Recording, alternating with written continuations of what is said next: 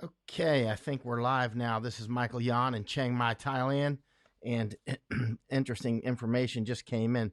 It's 0110 here on the 5th of March, 2020. So it's Thursday morning.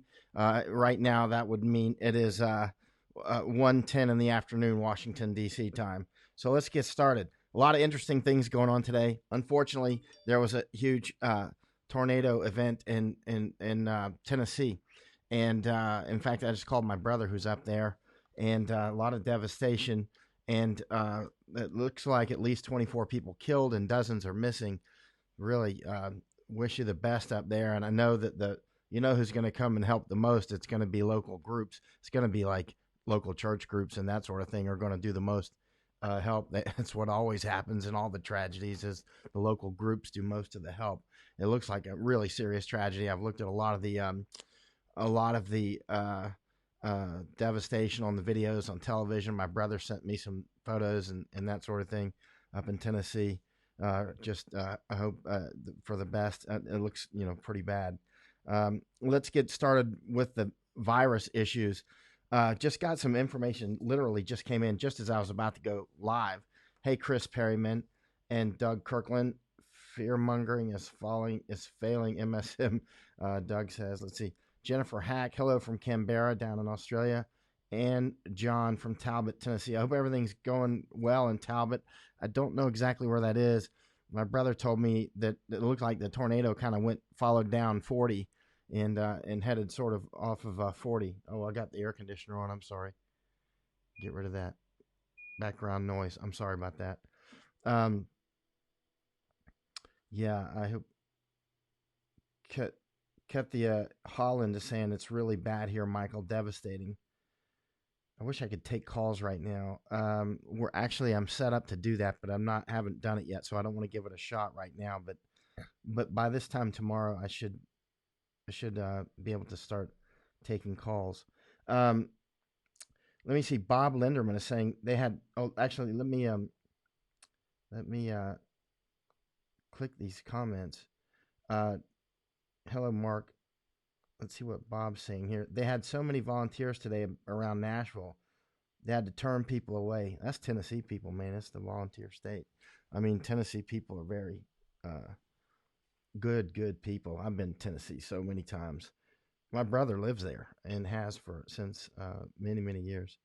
Uh, and actually, he sells insurance, so he's obviously going to see a lot of what's happened. And I called him specifically to see how he's doing and how the family's doing, and secondly to ask about insurance actually because he will know a lot about the damage because obviously the insurance companies need to know, and there'll be billions of dollars in damage. That much is clear. Um, and these things, as I was mentioning the night before, the virus and all that and other economic issues are not, that they will, there's not like the tornadoes and the hurricanes and the earthquakes are going to give us a break. They're going to keep coming despite the other issues we've got going. So the communities have to obviously come out and help. And I know Tennessee people are outstanding. I saw your National Guard, by the way, in Iraq. I was out with them, 278th Tennessee National Guard. I'm sure they're out right now. They were outstanding soldiers in Iraq in the war, and I'm sure that if the Tennessee National Guard has to get called out, have they been called out? I would have high confidence in them if they were called out. I don't know who the commander is now. I knew the commander before. I don't know if he's still the commander, but he was a really solid commander. But let's see if the Tennessee National Guard comes out, just give them all the support that they need to support you because obviously it's a mutual thing. Everybody has to facilitate everybody as much as they can. Um, Deep Bowie saying nighttime tornadoes are rare, but the scariest. Yeah, we've had them before too. Nighttime tornadoes are just loud. And my brother said he and his wife were watching television and it got interrupted. And some show called The Bachelorette or something, and that upset a lot of people that particular, I guess, some famous show in America got interrupted, and then they And then he said apparently there was a warning, and hurricane warning or tornado warning. When we say warning in the United States, it means something very specific. If we say watch, it means it's the conditions are right for something, right? The conditions are right for a tornado is like a tornado watch, right? But when you hear beep, beep, beep, and all that, and it's a warning, it means there is really actually a tornado, and it's really actually hitting somewhere right now. So he said a tornado warning came, I believe is what he told me. And then I believe it was lifted. You would have to, for the people that were there, you'll know better. So please correct me if this is false. And then another warning came, and tornadoes just ripped. And tornadoes aren't just like a snap of lightning. They rip and rip and rip, and then they can go for an hour. They can go for even hours. I mean, they just rip right down the road. And so I really feel bad for you up in Tennessee. Trisha saying hi from Moravian Falls. That's in North Carolina. That's way out of the way there. Hello from BC, British Columbia, and Iowa. Let's see. But I'm sure that the volunteers in Tennessee are just everywhere, crawling all over the place. And, a lot of people in Tennessee are really can do it sort of people. They're like, we'll take care of this. We ain't waiting for the government. I remember when I lived up in North Carolina, up in the mountains. I lived in a place called Andrews, North Carolina. Anytime there was like a bad storm or something like that, nobody waited for the government to come. Everybody just showed up with their chainsaws and cleared everything out. By the time the government could even get to their trucks, everybody had already cleared everything out, because they just didn't wait for the government to do anything. They just did it themselves. Hello, Uta in Deutschland. Donna is talking about the media deadly coronavirus. CDC estimates that from October 1st, 2019 to 22nd February, there have been 18 to 46,000 flu deaths, but the media doesn't refer to it as deadly flu. Well, that's different, Donna Marino. Why is it different when there's that many deaths every year and sometimes more deaths? And this year's been a bad flu season, actually, in particular, because this is, we know that it's going to happen every year, and we know that it's limited to a certain point. It never gets out of control and kills like 8 million people and collapses economies and that sort of thing. So it is quite different. It's very deadly, of course. That's why every year we hear like so many health experts saying, wash your hands, wash your hands, wash your hands, do all the hand washing, all the things that we need to do. And, they're always telling us to wash our hands and get your flu shots. It's obviously extremely deadly, but it's not earth-shatteringly change the country deadly. But this novel coronavirus, I'll call it the China plague or the Wuhan virus, is actually earth-shattering. This has just collapsed the Chinese economy, and it will affect you. It will affect you for sure. The chances of this affecting you are approximately 100%. And if it hasn't affected you yet, it will be soon. In one way or another, directly or indirectly, you will definitely be affected by this plague from China. Hello in Santa Cruz. Let's get going. Hello, Joshua in DC. Let's read something. I'll read it that just came in just a couple minutes before I went live. And I want to say one more time, I'm seeing more information about Tennessee. I'm telling you, the people that will be able to do the most help are going to be like local church groups and that sort of thing. I see it over and over and over. I'm not a missionary. I don't even go to church, but I know who's always there every time I see a disaster. It's like all the local church groups, and they're a lot more, they make proper use out of every grain of rice. It's not sitting out wasting away somewhere in a harbor or on the side of a road. They're actually making sure everything gets to go, where it go. I mean, I'm just going to guess that like for every $10 you give to one of them, actually 9 of it hits target, whereas for the, government, it's like for every $10 you hit to them, like a dime gets to the target, Drink a sip of water. I'm not drinking coffee because I want to get to sleep early tonight. I have to wake up early for something. Let me read this that just came in just as I was going live. This is about the virus. Scientists in China studying the outbreak of disease caused by COVID-19, I'll call it China plague, say they have found that two main strains of the virus are circulating in humans and causing infections, according to Media Wednesday. Let me add something there. I was reading something about an hour ago. May even be a third strain. Nobody knows, but how many strains are? But the different strains are almost like different diseases, right? I mean, it can, like, one can be super deadly and super infectious, and another a lot less of both, or less of one and more of the other. So these things. That's why it's so hard to get accurate numbers, because we're talking really multiple different diseases almost. It's just under the same umbrella. Mutations. The researchers from Peking University's School of Life Sciences and the Institute Pasteur in Shanghai, under the Chinese Academy of Sciences, cautioned that their study looked only at limited range of data and said follow-up studies of larger data sets were needed to better understand the virus's evolution. The preliminary study found that a more aggressive strain of the new coronavirus associated with the outbreak in Wuhan accounted for about 70% of the analyzed cases, while 30% were linked to a less aggressive type. So two different strains here. The prevalence of the more aggressive virus type decreased after early January 2020, they said. Experts not directly involved in the study said its findings were interesting, but cautioned against drawing firm conclusions from such preliminary research.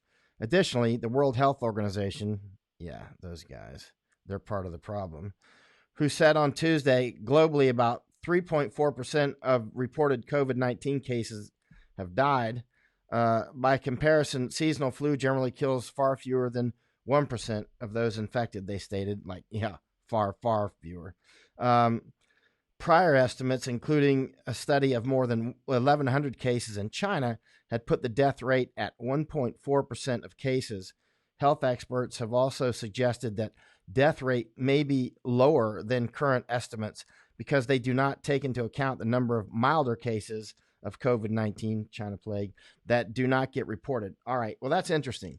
Now, I literally was reading that for the first time when I just read it to you, so I haven't had time to assimilate it.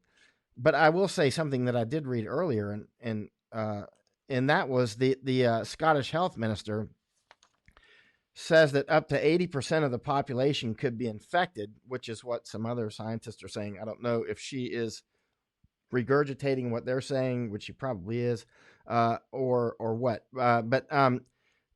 And up to 4% require hospitalization. So if she's correct on that, think about what's the population in Scotland? I don't remember. 7 million? I don't know. 4 million? I don't remember. Let's see. What's the population in the United States? Let's say 330 million. So if 80% actually get infected in the United States, what's that? Let's see. So that would be 24 plus 24, about 264 million. And 4% get hospitalized. That would be 10 or 11%, right? Is my math right? I'm tired. Anyway, so that would mean if my math is right and her math is right, if 80% of Americans were to get infected and we have 330 million people, that would be 24 plus 24, about 264 million would be infected. And then 4% of that, 10 or 11 million people, right? Not all at once, but if that, I think my numbers are right on that. I'm pretty good at head math. Anyway, but well, that would be overwhelm our system. I don't even need to look under the sheets to see that would overwhelm our system, or probably any system on Earth. That's just a huge amount. And so, interestingly, by the way, I did an interview with Jordan Harbinger on the Jordan Harbinger show. It's a great Jordan Harbinger show is a great show. It's just outstanding. And he invited me on, so I was honored, and I did it. And we did it in January. He aired it in a couple weeks later, I think, in February. I've posted it a couple times. But looking at the transcripts, I was saying in late January when we did the interview that how serious this was. And you can see the transcript on the Jordan Harbinger show. Look up my name and Jordan Harbinger, and look at the transcript and look at it. Look, I mean, it was published in, I don't know, maybe mid-February, but our interview took place in January. And you can see that I was right on target. I was like, this is what's happening to China. This is, I was talking about we haven't shut off travel yet and how important that was. And, and so anyway, that was back in January. There's still people that haven't taken this seriously yet. Normally when people don't, like, here, I'm in Thailand right now, right? I'm in Chiang Mai, Thailand. This is the most dangerous country in the world to ride motorbikes, right? Literally the most dangerous. Look it up, motorbike danger, most dangerous country in the world. It'll be Thailand, right? And after that, it's somewhere like Libya or something. I don't remember. But anyway, it's super dangerous. I've seen a lot of accidents here with my own eyes, not just ambulances going. There's so many that if you're here for a while, you'll actually see quite a few. And I warn everybody that comes over here, I'm like, stay off the motorbikes. If you're going to wear them, at least wear a helmet. Don't go get yourself a bottle of whiskey and no helmet and wear sandals and ride a motorbike. So many messages I get, oh, my son just broke his leg or my friend just got killed. Quite a few of those over the years, literally killed. It's so common. And I would like to say I feel sorry for you, but I warned you, right? And it's the same with this virus. Unfortunately, with this virus, the people that keep not taking it seriously, I mean, if you go rent a motorbike and you got a bottle of whiskey and you get killed, tough luck. I mean, you were warned and you know better. You're an adult, or maybe you're not an adult. But with this virus, unfortunately, it's tough luck for all of us when people don't take it seriously because they spread it to us. Likewise with our politicians now, Republicans and Democrats, and not just Americans, but you can see like the Dutch and some others are doing just as badly. I mean, people like Biden and Trump can end up being super spreaders. The people that are out there just meeting in big public places with everybody, they can literally be super spreaders. A significant part, let's say, of the Iranian government apparently at this point has been infected. So, I mean, the actual like parliament members, I think about 1 out of 10 or something like that. It's quite a few. And so if it's that many that are already exhibiting enough symptoms to be recognized, it makes one wonder how many are actually. Now, I've read that the scientists are saying that the attack rate is about 80%, which means like the virus can hit up or can be up to 80%.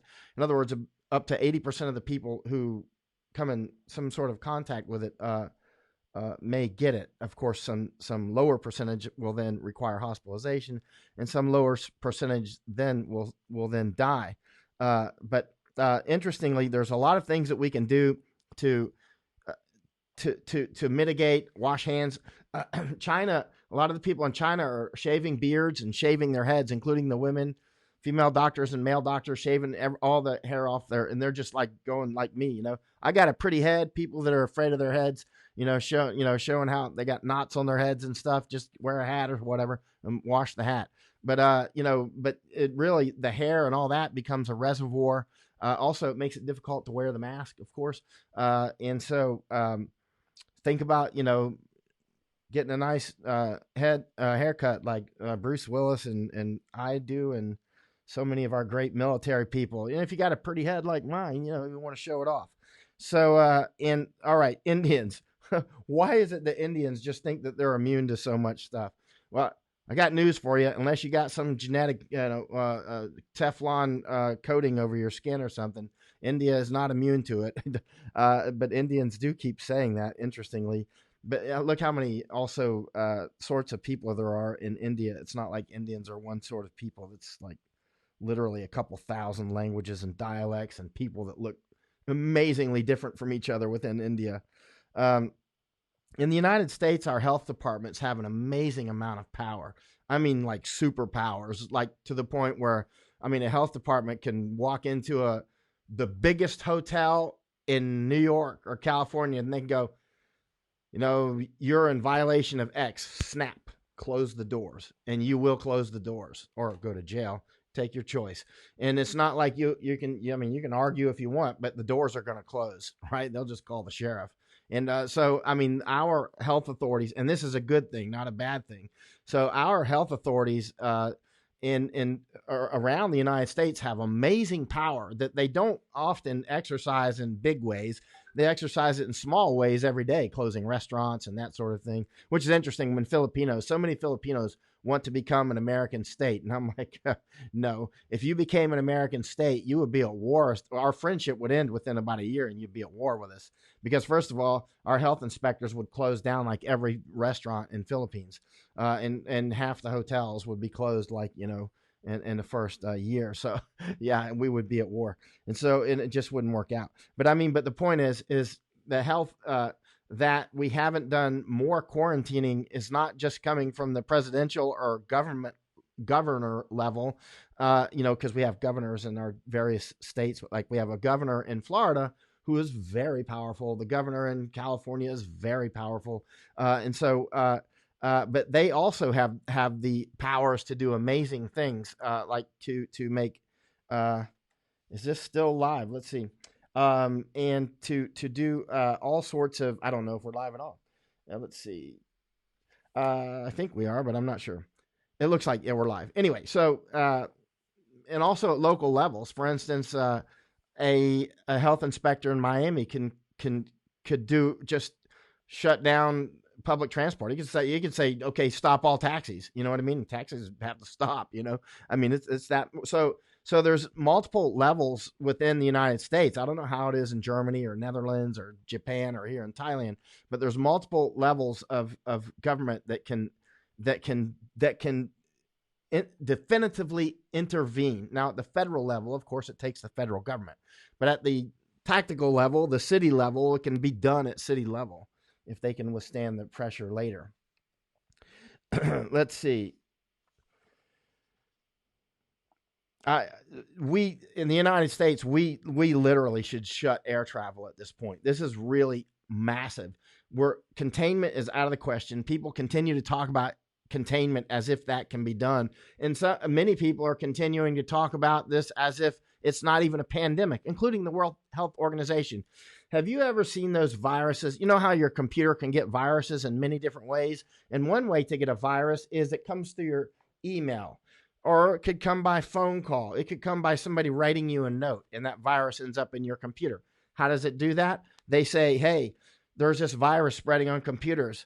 Go into your, config sys or whatever, and go in and change these different things and and they never sent you anything. Actually, they could just tell you on the phone or tell you in person, hey, in Starbucks, hey, change this on your computer. And then it wipes out your computer. That's another way. There's many ways that viruses get into your computer. And I see World Health Organization and CDC they're like the propaganda arm of the Wuhan virus, of the China plague. They're like the propaganda arm, like the World Health Organization playing this down like it's not a pandemic. And also many American authorities are like, you don't need masks. It's not a big deal. It is a really big deal. This is not the flu. People that continue to compare this to the flu are simply wrong. And that includes President Trump. Let's see if President Trump becomes a super spreader and goes out there and starts hugging and kissing people on the campaign trail. And he is of that age group that if he's infected, if there is an 80% chance that, that he will be infected, as there may be for all of us, he is in a high bracket. Of course, he'll get top-notch medical care, and that's another a big part of this as well. It looks like Italy, Iran, China, South Korea, and some others already have reached triage state. So in other words, people aren't getting medical care, and that increases the case fatality rate, because more people that get it simply can't get care because the systems are already overwhelmed, and we're just at the front end.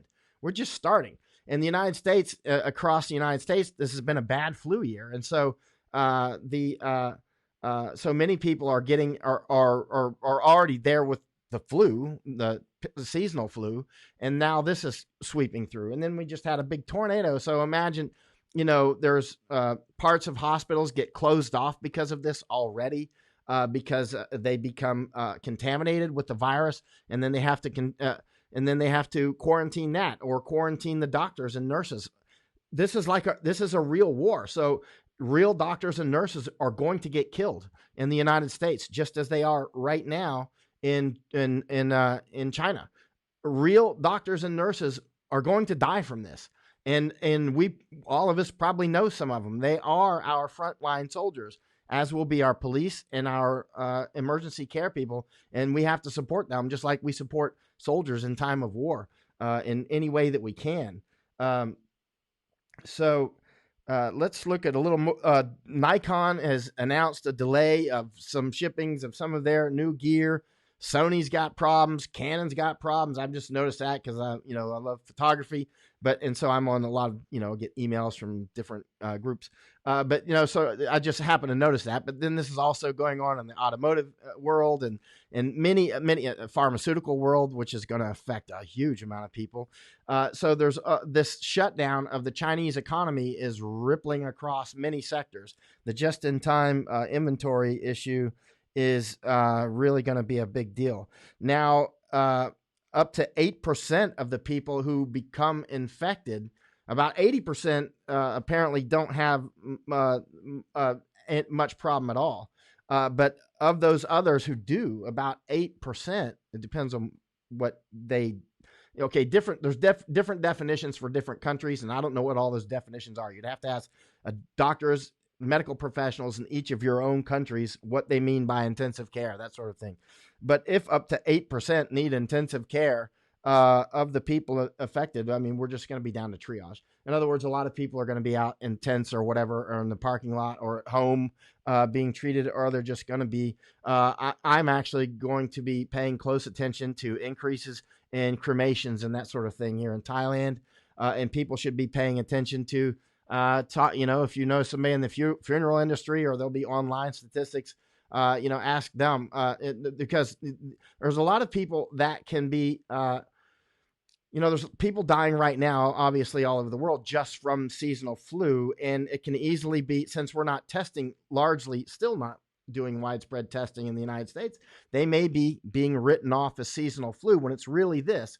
And then some people go, what difference does it make? Well, to that person who's dead and their family, it really makes no difference. But on the larger picture, it is a huge difference that's difficult to overstate. Watch the problems that the markets have had in recent days, and looks like bad days ahead. And this affects everybody. There's people that will not be going to work. For whatever reasons. It could be because there's infections. There are businesses quarantined. It could be simply because they don't have inventory because it didn't come from China. It can be so many reasons.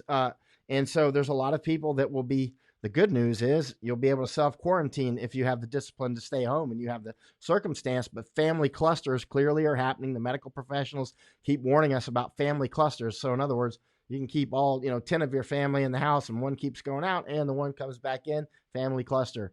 And so, and it's very difficult to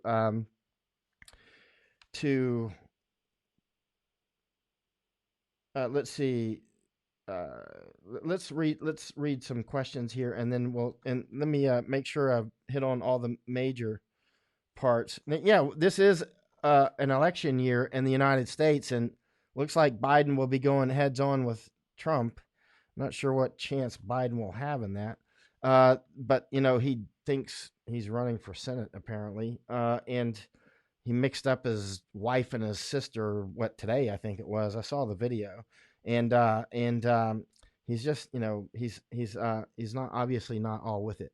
Bloomberg, interestingly, he put, from one report that I read, he put about $500 million worth of his own money into the election.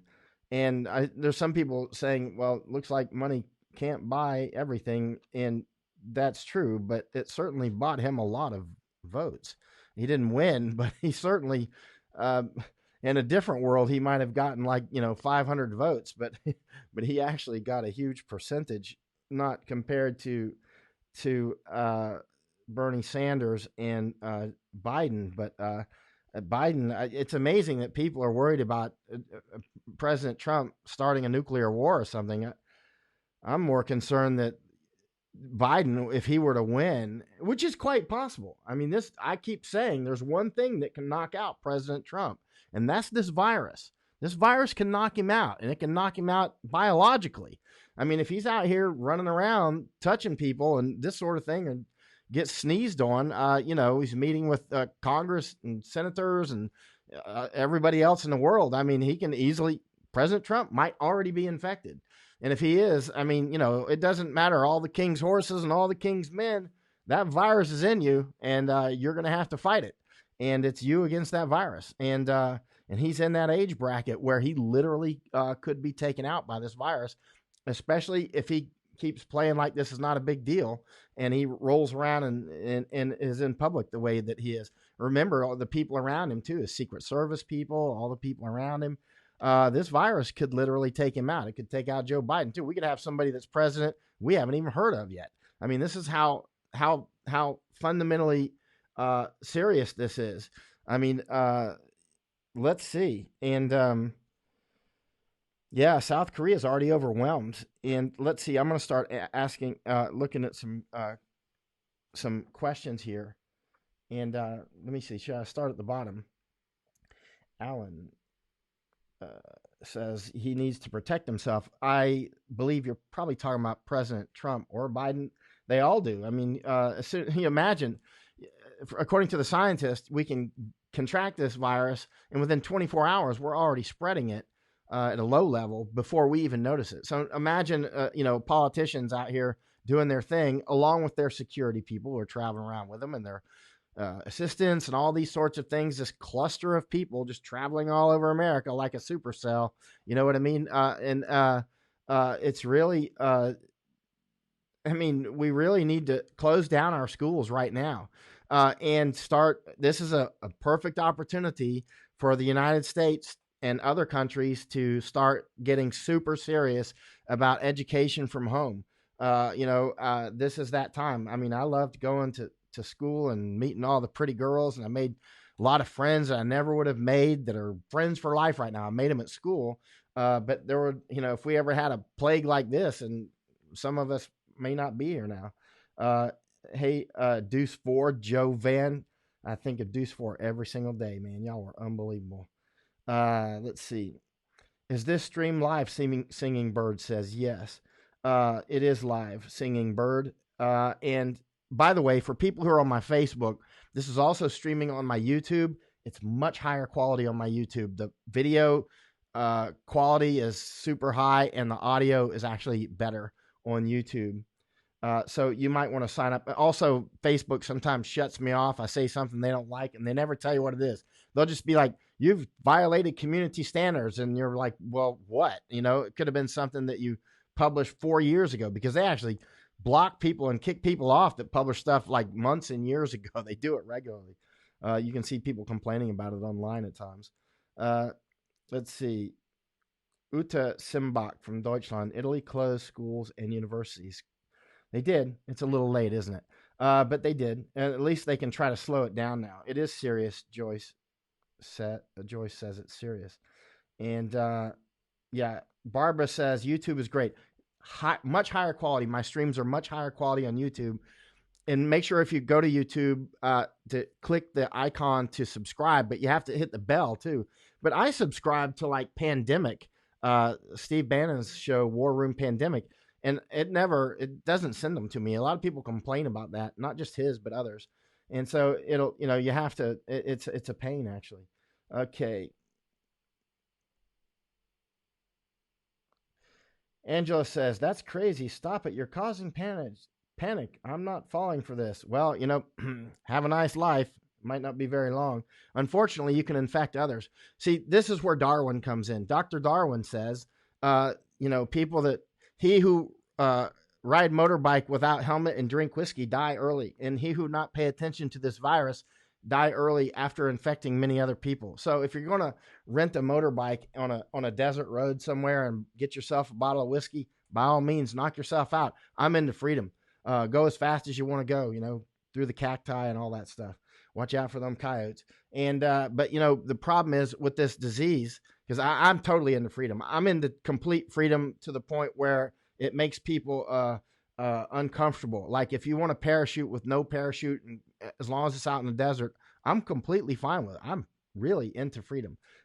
Just as long as you're not landing in my roof, as long as your disease isn't spreading all over my friends and family and my countrymen and friends around the world, that's where it gets a little bit too much for me. And imagine how this is going to affect prisons around the United States. Already, it's been reported that Iran has released 54 or 56,000 prisoners. I saw that on the news. Brian Anderson saying, "What is your YouTube channel? Also, what's the official channel name for Steve Bannon?" My channel is, if you look, I tried to click your. My channel is, look up Michael Yon, war correspondent and cannibal hunter. Two things I'm very good at is combat work and chasing cannibals. I'm very good at chasing cannibals. And for those who've seen me in combat, covering years in firefights and bombings and all that stuff, and killing Taliban and them killing us, you should see me when I'm hunting cannibals. I'm much better. You just didn't see it, but I'll publish it at some point. But go to Michael Yon on YouTube, and it's Michael Yon, war correspondent and cannibal hunter. Yeah, Jennifer saying, "He who preps laughs at panic shopping." Exactly. I'm so prepared. I mean, I'm just so prepared in many different ways as well. Psychologically, I'm, again, I'm the one that goes to wars year after year. I'll go to a war, tomorrow. It's like I'm calm. I'm ready to go. I can fast for 10 days. Like other people miss breakfast, I can go 10 days with no food and laugh at it. And I've done it many times. I can just stop eating right now and not eat a bite of food for 10 days. Won't miss a beat. You know what I mean? I've gone 20 days without even a bite of food. It's nothing for me. I'm not panicking. I got plenty of fat. I got plenty of food. I got my dog here. She's asleep. Wake up, Barney. And I got plenty of food for her and my wild cats that I adopted. So, I mean, I'm good to go.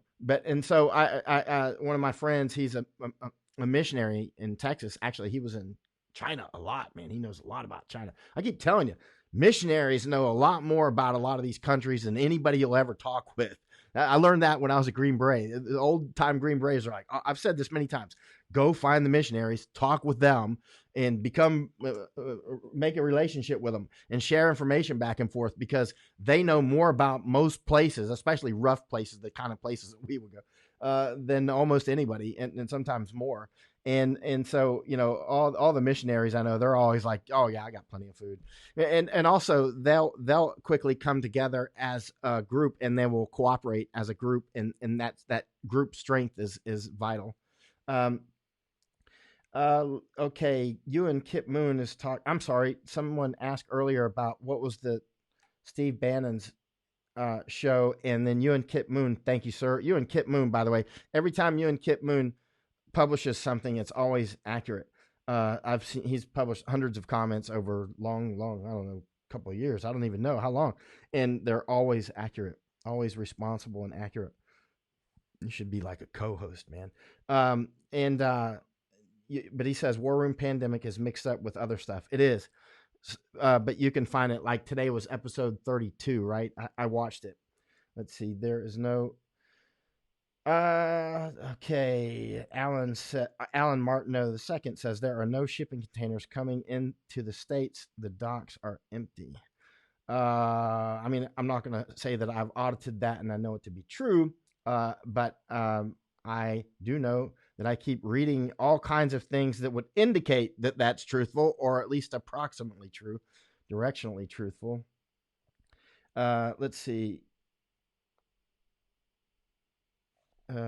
Toy Stuart Biederman. Hello, Toy. You're awesome. Barry Hendelson, thanks. That's chloroquine, which I've read about in a few other articles as possibly having coronavirus activity. All right, I'm not going to, let's see. All right. A lot of important comments here. Let's see. I would not go to any sports events at all. I mean, if your sons or daughters play in some kind of little league sports or something, it's time to pull them out for now. I mean, that's sad. I mean, it's sad that the Olympics, I haven't seen them canceled, but the chances of the Olympics not being canceled at this point are minuscule. And always leave that little chance, but that would be pretty, or at least significantly delayed, maybe to 1 year out or something. I don't know, but it's hard to imagine. Um, Marie says, not only are me and my boyfriend EMS, but he also works full time in a county jail. See, that's tough for obviously for both of you because you're on the front line, you're frontline soldiers, and also your boyfriend working in the jail. I mean, good grief. And so think about that from that perspective as well. He what what what are the jailers going to do when this inevitably gets into the prisons and jails? What is it going to do? And by the way, a lot of people have asked me over the years, uh, why do Americans use prisons and jails as if they're two different things? Because they are actually, like in Florida. I don't know what the difference is, say in Georgia or Tennessee or something, but in Florida, jail is, you got like the city jail, that's city level stuff. Like, drunk guy gets caught sleeping in the park and they put him in jail to sleep it off for a night or something. And then you've got like the county jail. Usually that can be a little more serious, or it could be for that as well. But the county jail usually is something that you stay in for a year or less. It's not like a massive sentence of like 5, 10, 20, 30 years. With that, you're going to go to a state prison or a federal prison, depending on the level of the crime. If it's a federal crime, I'm not an attorney or an expert on this, but I know enough it's just different levels. We got like the city jail, the county jail, and then we got in some states don't have counties, they have parishes or whatever. But then we have state prison system and then federal prison system. And so and then we've got things like Guantanamo Bay, which is a totally different world. And see, Alan is saying numbers in the U.S. are wrong. The people from the cruise ship should not be added in there, just the ones infected in the U.S. Whatever the case on that, I strongly believe the numbers in the United States are wrong for sure. It's hard to imagine that they're not actually. However, very soon here, the numbers from the cruise ship will be such a tiny percentage of the cases that it will just be forgotten. That'll just be like a footnote in history. Right now, people still talk about the cruise ship, but on the scale of things, of the storm that's coming, that's a raindrop. On the scale of the virus, the viral storm that's unfolding right now, typhoon virus, that everything to date is a raindrop. What's happening in Italy is a raindrop, and it's serious. What's happening in Iran is still quite small compared to what's clearly coming. And people that are like, you're panicking. It's like, whatever, man, screenshot your stuff and save it. And I'm not going to waste time on it, but screenshot it and save it and save what I'm saying. Or look up the Jordan Harbinger, that interview that I did in January, where I'm way ahead of the curve saying what's going to happen and what's happening now. That was January. We did the interview. He published it sometime in February. Jordan Harbinger, Michael Yon. You can find it online and just search for virus. And every time I mention virus, read those paragraphs and you'll see, because he's got a transcript of our whole like hour and a half interview. And it's just, he's super smart interviewer, by the way. He's up and coming. He's more than up and coming. He gets like very serious people on his program. But look what I'm saying about the virus. And actually he wanted to talk more about the insurgency in Hong Kong. And then we talked some about the virus. Kim Stewart is saying the death rate is higher than reported with coronavirus because China is not reporting the actual death rates. Okay. Yeah, we'll see. We'll see as this plays out, and it'll be difficult for everybody to hide eventually in countries like, the United States. The numbers can be hidden for a while, but then they'll start to rear their head. But at this time, like CDC and the World Health Organizations, they're part of the virus. I mean, they're literally part of the virus. They're like that hacker that says, change config sys, and call you up and say, hey, there's a virus going around. What you need to do is go in and and then send me this email with this information on it. No, we need your password because we need to come in and fix your system. Boom. I mean, they've human engineered. The virus is actually using CDC and the World Health Organization to spread itself. How brilliant is that? It's an incredibly brilliant virus. Yeah, Danielle saying, De Jesus is saying, naive people be like, I ate dirt as a kid. I'll be fine. Yeah, yeah, that's right. Darlene is right. Darlene Sepp ad. That's right. And right, let's go down and I'll try to take a few more questions. Okay, Gary is saying on the no on my experience with your broadcast, no difference between YouTube and Facebook. Both very good. Thank you. Both of my iPhone X and Chromebook. My YouTube, when I look at it on my computer screen or I look at it on I got a big flat screen TV. I got that. I don't even watch TV much, but I like to look at my high definition videos and photographs that I was shooting in the Hong Kong fighting and that sort of thing. When I look at them on the big screen, I can see errors I made in photography or whatever much bigger. Man, looking at stuff on the big screen can increase your photography skills. By the way, I'm just for photographers out there. I mean, that's why I got the big screen so I can increase my skills. It's like shooting with tracers. Anybody ever shoot with tracers? Shoot a rifle with tracers? When you're not aiming and you're just learn how to do instinctive shooting. Shooting with tracers gives you that instant biofeedback. It's like shooting with tracers. Let's see. Barbara Sumi is saying Pence is having a meeting with cruise ship CEOs and airline CEOs on Saturday. What do you think will happen? Well, I don't know, but we should be ending no cruise ships should be leaving from the United States. I mean, or even coming into the United States at this point. Not until this is over. I still see, I was watching Steve Bannon's Pandemic Show. I've watched all 32 episode, which is kind of funny because they got a cruise ship advertisement on there. I'm like, you think I'm getting on that cruise ship? I mean, I might get on there as a war correspondent or a pandemic correspondent, but I wouldn't get on there for a vacation because I would be masked up the whole time and wearing my Tevek suit or whatever.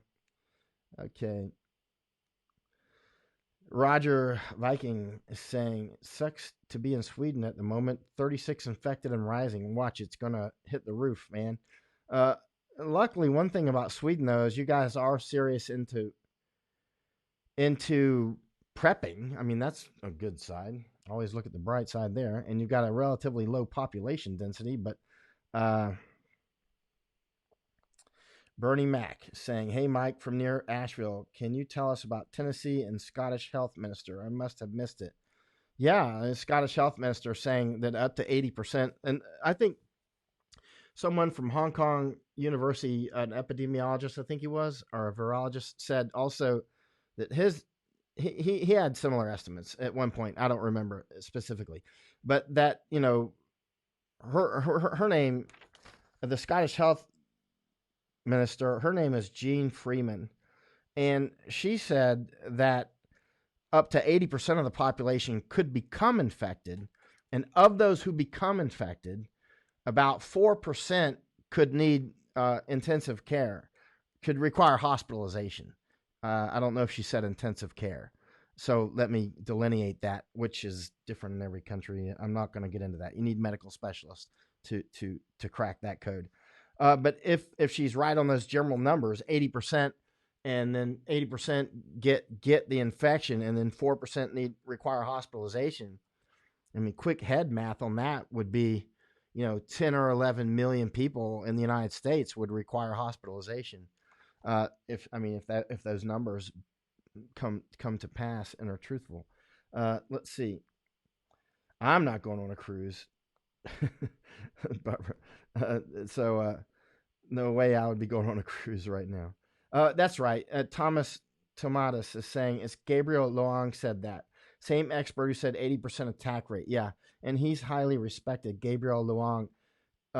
He's is he an infectious disease expert at Hong Kong University?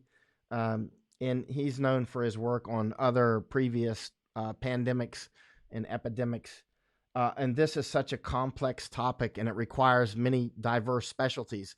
It requires Oh, so much. I mean, this is like there's so many dimensions to this. There's the infectious disease part, and then there's also economic side, which requires expertise, and that's a whole different world. Requires mathematical expertise that even most scientists might not have, because it's a whole. I mean, the math behind this is super complex. It's not. I mean, they're boiling it down when they talk 8% and the 80% attack rate, and and the R naught maybe 2 to 6 or whatever. They're boiling all that down. And but the real math for predicting how this could go has I've got just enough math training and study since I was like 8 or 9 years old, of every kind of science I can stuff in my bald head, that to know that there's so many variables involved in this, that it is as complex as like climate science. It is super complex. There's so many things that go into it. So ultimately, at the end of the day, I mean, and then there's wild cards that nobody can calculate for. They know that they're there, but it's like mutations. Okay, let's say they get everything down pat, which they won't, but let's say that they did. And then there's mutation. It's like, that just changed all the numbers. And the mutations are happening every time it replicates. It's like a copy machine that always has a error in it. So, yeah. Let's see. Davis Chenault is saying you should look into the convolution if virus in humans. Your mention of WHO and the CDC as being vectors essentially mirrors the thoughts of many sociobiologists on the evolution of viruses and how they adapt and select for various traits in their hosts. I wouldn't doubt that at all. It's something I've thought about a lot, actually. This isn't my first thinking on this. I spent so many years rolling around the world and like walking up in the Himalaya at times, just go walk for hundreds of miles and just think about stuff, and spending just so much time out in quiet places, reading books and thinking and watching the world go by, and you realize, all this, any idea that we're kind of separate from the world is obviously just utterly, amazingly false. I mean, even the idea that we're an individual human is clearly false. We're part of a much large. We're like light. We can behave as a particle or a wave. It depends on how you look at us. You got which slit we go through or whatever. But interestingly as well, our bodies are like, when you look at a tree. A tree is not just a tree. It's also got all kinds of creatures that live on it and in it, and they all work together. You know what I mean? And our bodies are the same way. Our bodies are filled with all sorts of life, just like uncountable. The scientists don't even know. I mean, it changes around the world anyway, different biomes, right? And so, and the different diets that we have, which can be contingent on what's local, or whatever's bacteria we get there locally, or the climate. There's so many things that go into it. We are very complex, and we are obviously, we like to seem to think of ourselves as discrete little things. Like, I'm Michael Yon, but I'm really Michael Yon and part of you, and you're part of me, and we're part of this larger thing, Mother Earth and Mother Nature. uh, Debbie Borders. Yeah, I mentioned on a podcast maybe a couple of weeks ago that, and I think it surprised some people because they sent me some messages offline that, for instance, our connection to our family trees, as an example, like we were all formed from, unless you're not human, but we were formed from egg and sperm, right? And so our mother's egg was formed in our grandmother's body, right? So when our mothers were gestating, when our grandmothers were pregnant, that's when our mother's eggs actually formed. So the eggs that we were made out of came from our grandmother's body. That's pretty interesting, isn't it? Think about that. I mean, we're like, so whatever health issues that she was going through, maybe a super healthy diet or whatever, that we, it's like a direct connection right there, obviously. But it's amazing to think of, though, that we actually came from an egg that came from our grandmother's body, like directly, not indirectly. So let's see here. And yeah, Jack is talking about the aspen tree system as a great group of trees. Interestingly, nature therapy. Dana Dean says, "Oh, there's something about forest therapy. I love just going out in the forest, man. I can just lay down on the ground and just like listen to the birds and go to sleep, you know." And I've done it so much. And but you know, trees actually communicate with each other. They like if one tree starts getting a pest that's eating its leaves, it can it can release an acid. I think it's abscisic acid, right? I don't remember. It's been since I was a kid. And I think I think it's called abscisic acid, right? And it'll cut the leaf off. It'll make the leaf just like fall off. It'll cut its own leaf off, and the caterpillar falls on the ground, and the ants get it or whatever. And but also the trees can release a chemical like maybe pheromone. I'm not sure. And the other trees will sense that and start to build their own defenses. So and this is an interesting aspect of some of these diseases that come from places like in South America or Africa or wherever, one of the things that the scientists believe causes this is that we are when we attack Mother Earth through farming or whatever, we build our mega cities, and these a lot of these terrible diseases come from places with high biodiversity that we've attacked, that we've wiped out a lot of that the biosphere there. We've wiped out a lot of the things, and for some reason, this causes some wildly dangerous pathogens to be born or to develop, and then they get released upon us, right? And so often these will occur way back in the hinterlands of Africa or someplace, and that's why in the '60s there was a Green Beret, part of the Green Beret outfit, which is what I was in, but I came much later, of course.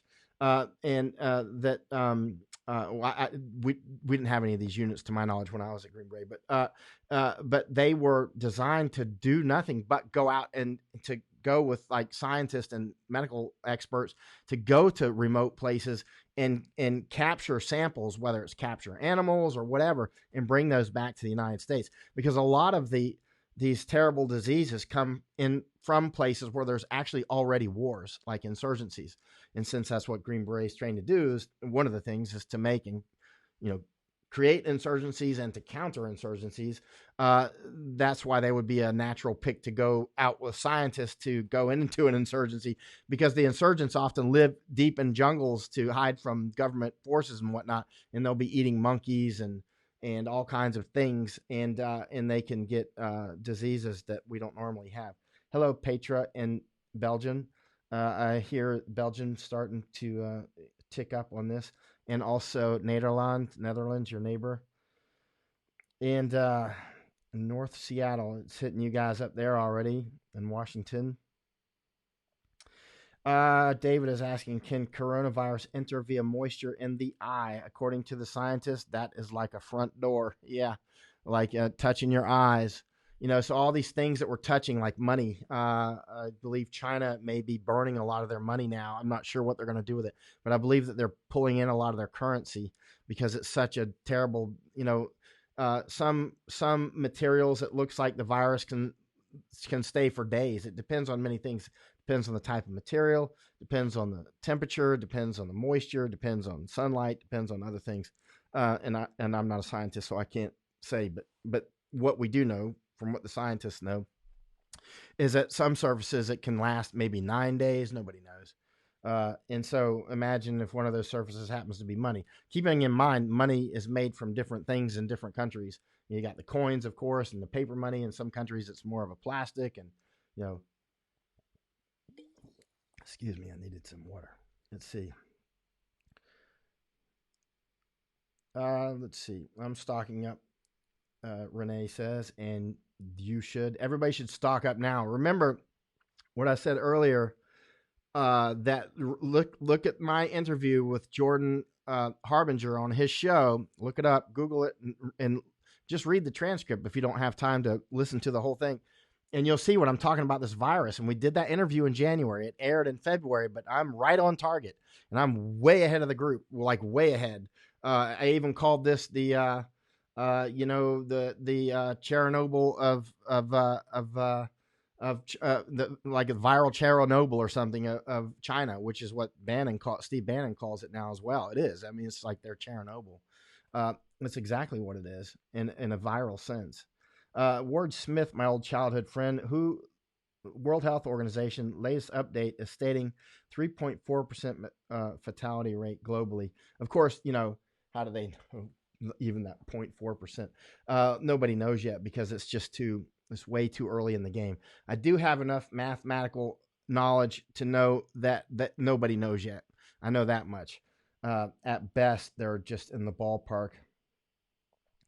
Let's see. So are we to cremate our dead? Well, a lot of countries do. China does a lot of that. One of the reasons that China does it a lot now is because they don't want, when a billion people die, they take up a lot of land, and also Hindus down in India, a lot of huge on cremation. Up in Tibet, they'll actually chop people up and feed them to the vultures, and so I think though in recent years they may have a problem with not having enough vultures. Certainly, I think the Zoroastrians have had that problem in India, right? They put them on the towers of silence. They're called towers of silence. They'll put the bodies up on the towers, and the vultures come and eat the dead. That might be one way to spread this thing. I don't know.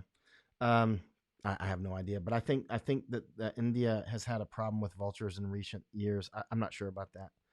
Um, I heard people last month or so saying, there's a lot of crows and ravens by some of the Chinese rivers, and people were saying, oh, it's just a conspiracy theory that the crows and ravens would eat people, and I'm like, no, it's not. I've seen crows and ravens eat people many times right in front of my eyes, and I've seen it, and I've photographed it actually. It's pretty horrific. Let's see. Katie Smith is saying, oops. Um, Katie Smith, who are the infected deceased? Are they elderly people? Actually, the best thing for that, Katie, is to look online because they're releasing new numbers constantly.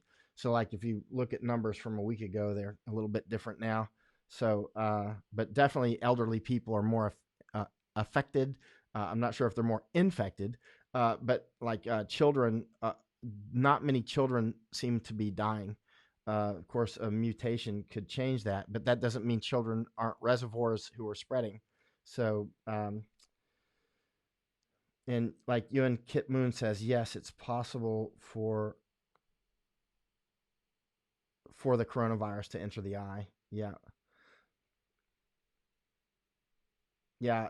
Uh, okay. Let's see here. I think, yeah. Okay. David Jarrett, Mother Nature's way of saying stop overpopulation. You're eating what I never meant you to. Yeah, Mother Nature is in charge, fully in charge. We live at the mercy and pleasure of Mother Nature, and when we mistreat Mother Nature, she becomes upset, and we have been abusing this earth. And one of the things that could exacerbate the fatality rate, some scientists are saying, is air pollution. And if you've been to China, as I've been, I've been there, I don't know, 8 or 10, 12 times, I don't know, depends on what you call China too. Do you call Tibet China? But in any case, the air pollution, like in Beijing, is horrific. When you go to Kunming, which they say is like some of the cleanest air in China, and people will say that too. They're like, "We have clean air." They like to say that, and I'm like, "You call this clean air? This is terrible."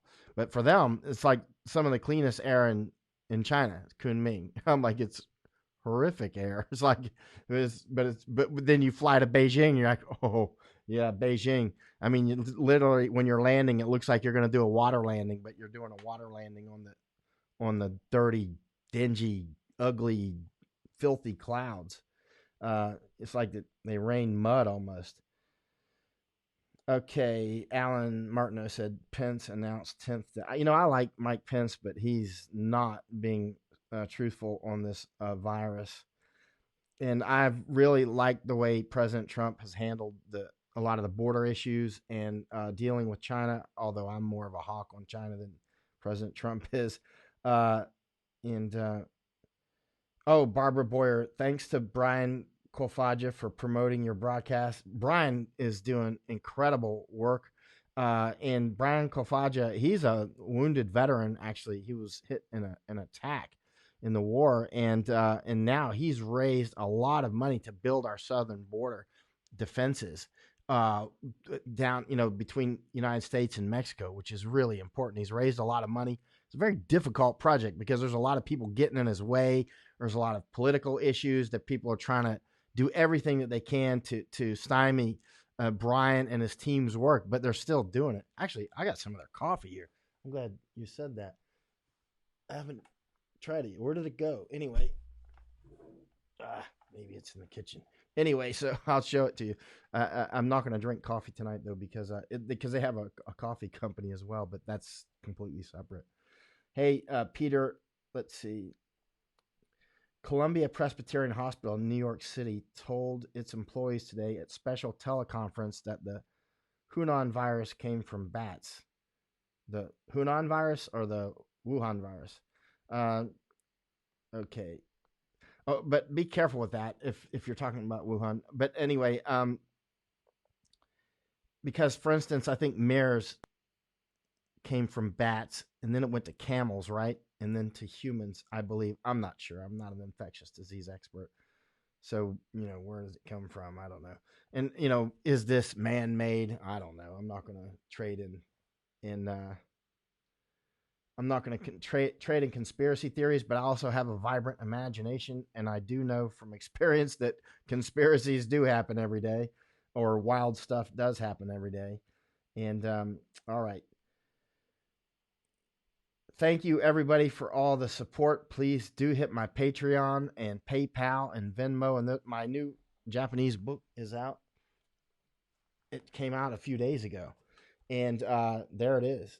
And that's my picture when I'm younger and more handsome in Iraq, actually. But it's about Chinese information war. It's my third book in Japanese language. It's only in Japanese. It's on Amazon.jp, and it's in Japanese language, and it's on ebook, and you can get it in soft cover, and it's written in Japanese. Which is pretty cool. And so yeah, you can buy it. That page, those 2 pages are free. You can read them for free if you can read Japanese. And this is my other 2 books. They're also available on Amazon in Japan. These aren't obviously huge moneymakers because they're not romances or something big, but they're important to me. They were important to me. That's why I wrote them. And about Chinese information war. So I've written 3 books on Chinese information warfare. So this is something I'm very familiar with. That's why when the insurgency kicked off in Hong Kong, I jumped right on the airplane and landed right in the middle of it, right just like a couple of weeks after it kicked off. And I immediately got it. It shocked a lot of people later. They're like, "You came that early?" It's like, I know insurgency when I see one. And I mean, and I've been studying China for a long time. So I jumped right on. And the same with this virus. You can look at the interview that I made with Jordan Harbinger. I need to pat my own back on that because otherwise it looks like, hey, I'm just raising panic or whatever. It's like, no. Way back in even early January, if you look at my podcast and look at the things that I was saying and publishing, I was starting to focus on this virus. I was like, hey, this is serious. Something's weird going on here. And then certainly by mid to late January, I was like, bing, bing, bing, bing, alert. Even in January, I was talking about how we should close air travel. I was saying that in January. It's on Jordan Harbinger's interview. It's on his website, and it's audio. The whole audio is there, and so it's super high quality audio. And he's got the transcript, so you can listen to it, or you can read it, or you can do both. And so I do appreciate that. And as you know, for people who've followed my work for many years, they know when I talk like this, I'm batting 400. I've been 100% correct when I come out and I talk about something this directly. Iraq Civil War, losing the war in Afghanistan, various Taliban issues, Heck, I was warning about Al Qaeda attacks before they ever attacked, but that was before I was known as a writer, actually.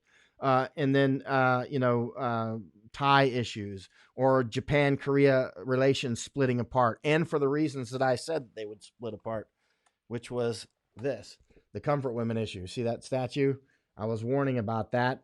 I started warning about it in 2014. And so after I was alerted to it and did my own homework, it's an information war that China has used to split uh, Japan Korea relations. And I started warning about it in 2014, and finally last year it came to pass. The relationship really went on rocky water, and because of this.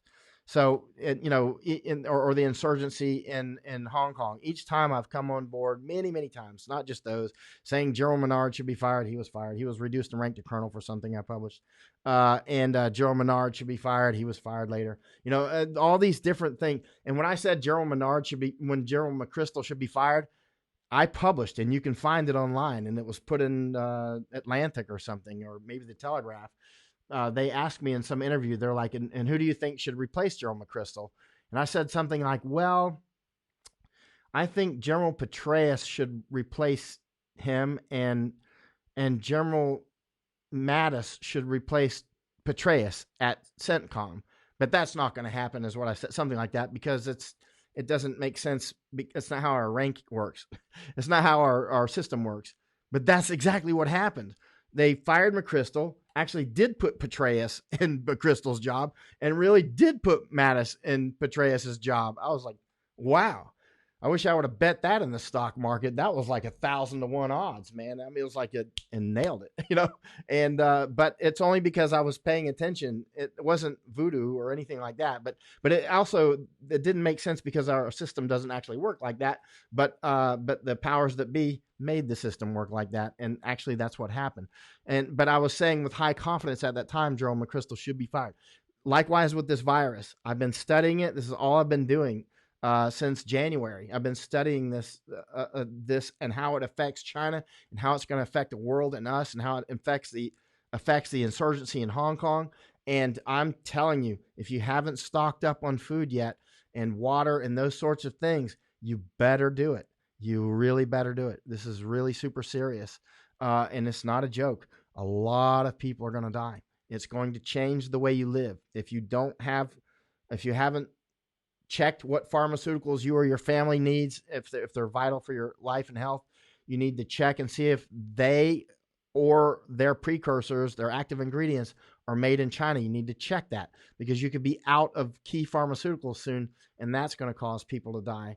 Other things that will cause people to die is our medical systems are overwhelmed. And my estimation at this time is that in some time in the next couple of months, let's just put a number on it, huge numbers of hospitals throughout the United States will be overwhelmed or on quarantine. And a lot of people will die from other diseases that would have been easily treatable, but they weren't able to get surgery that they needed, or they weren't able to get medicine, or they weren't. But these won't be added. These won't be part of that fatality rate for the China plague, right? They won't be added to that, but they will be definitely directly from that. And so there's so many things going on here. Sorry, I was looking at another screen over here. Okay. Okay. Aaron says, I look better today, not so tired. I slept like 8 hours. Um, and oh, Bernie, you can see the strike and destroy. Really? Oh, I thought it was behind my head. I got that from 5-2 Stryker Brigade combat team. That's why I used to keep my PVS 14 in. I'm gonna write a book about those guys. I love that. It's an incredible brigade in Afghanistan, and they got maligned by the press like they were committing war crimes or some crap. There was a few guys committed war crimes, but I'm telling you, and then some journalist claimed that I was covering up war crimes for him. I almost sued him, but he's dead now, so it doesn't matter. But I mean, but the point is that was what's his name, Michael Hastings, and he ran into a tree over in Hollywood. I saw the tree. I drove by and stopped. I was like, "That's where that guy died." That guy accused me of covering up war crimes. And anyway, whatever. And then the accusation came in relation to the 5-2 Stryker Brigade combat team. There were some people that committed war crimes, but I wasn't there for those. And anyway, long story. But the point is, it was the 5-2 Stryker Brigade combat team was a fantastic outfit. And but they got maligned in the press because of various things, like some of the journalists and others did not like Harry Tennell, who was the brigade commander. He was a colonel, great commander. Got shot in Iraq, actually, and he recovered. He got shot really badly, and he recovered, and then he went over to Afghanistan. That's where I got to know him, when he was commander of Stryker Brigade 5-2 Stryker Brigade combat team. But the problem with Harry Tennell is he's like a real infantryman. He's a real serious officer, infantryman, and he was like, "This is what's going wrong," and he was saying it, the way a good soldier should, but the way it'll get you politically in trouble, and it did. And even the Washington Post jumped on him, and I was defending him. I was like, I went against generals. I went against General McChrystal, who leaps and bounds outranked Harry Tennell. I went straight up against General McChrystal. So it wasn't like why would I suck up to a colonel? Some people were like, "Why are you sucking up to that colonel?" I'm like, dude, I'll take on a general the way I'll take on, a frog. You know what I mean? It's like I won't hesitate to go heads up with a general, but I'm not going to do it unless there's really serious cause. And it can't be something minor or petty. It has to be really serious, like they're losing the war or something like that, which is what McChrystal and Menard were doing in those two generals in their battle spaces. And I took them both on simultaneously, heads on, and yet I defended Colonel Harry Tennell, who had a lower rank. He was doing fine, but the problem is he's not politically correct. And then some people are like, "Oh, it's because because they only went after Colonel Tennell because he's black." And I'm like, "Nah, that's not it. It's not because he's black. It's because he's outspoken. It's because he's a soldier. He's a real soldier. He's like the real Major Payne, but he was a colonel and not a major. He's really that guy. He's a scientist now, but he's retired from the army. He got shot in Iraq, got really badly wounded, and then a football team. What was that football team up north somewhere? Helped him recover and helped him use the gym. They helped him with the trainers and stuff. I love America. So he's recovering. Harry Tennell's like, "I want to go back to combat." That's why I keep this, man. I like to keep items that came from strong people. And that came from Sergeant Major Rob Prosser. He gave it to me, and he was the Sergeant Major for Harry Tennell, right? So when I see that, it reminds me of people like Harry Tennell and Rob Prosser, and gives me a little strength. That's why I keep it. And here, you can keep it. Screenshot it. Those are warriors, man. And so anyway, I still defend Harry Tennell. If somebody says something bad about him, I stop what I'm doing and rip into him. All right, y'all. Y'all have a good night, and I got some studying to do. And love y'all. Make sure you wash your hands. Wash them good. Look at that video from that English doctor that I put on. I watched some of his shows. He's like an old doctor, and he talks the way all old doctors do. It's funny. He talks about, like, yesterday. Today he's apologizing. He's like, "Yesterday I got a little emotional and I apologize for that, and it won't happen again." And I watched his show from yesterday, and I'm like, "What emotion? You're like British doctor emotion." His emotions like this, like. He's like, "Oh, I lost my cool." I'm like, it's like, you won't even notice it. You can watch the whole show. But for him, being a British English doctor, if they just step out of line just a little bit with emotion, they look like it's a total, chainsaw massacre blow up. Whereas I'm like, "Screw that guy." You know what I mean? Like, in the street, telling a British he's a traitor. That's Americans and British. We're a little different. We come from your stock, but some of us do. I did, but we're different now. All right. Love y'all. Everybody wash up, shave your head. If you got a pretty head, hair is a reservoir for this stuff. That's why a lot of Chinese medical people are shaving now. And Mike out.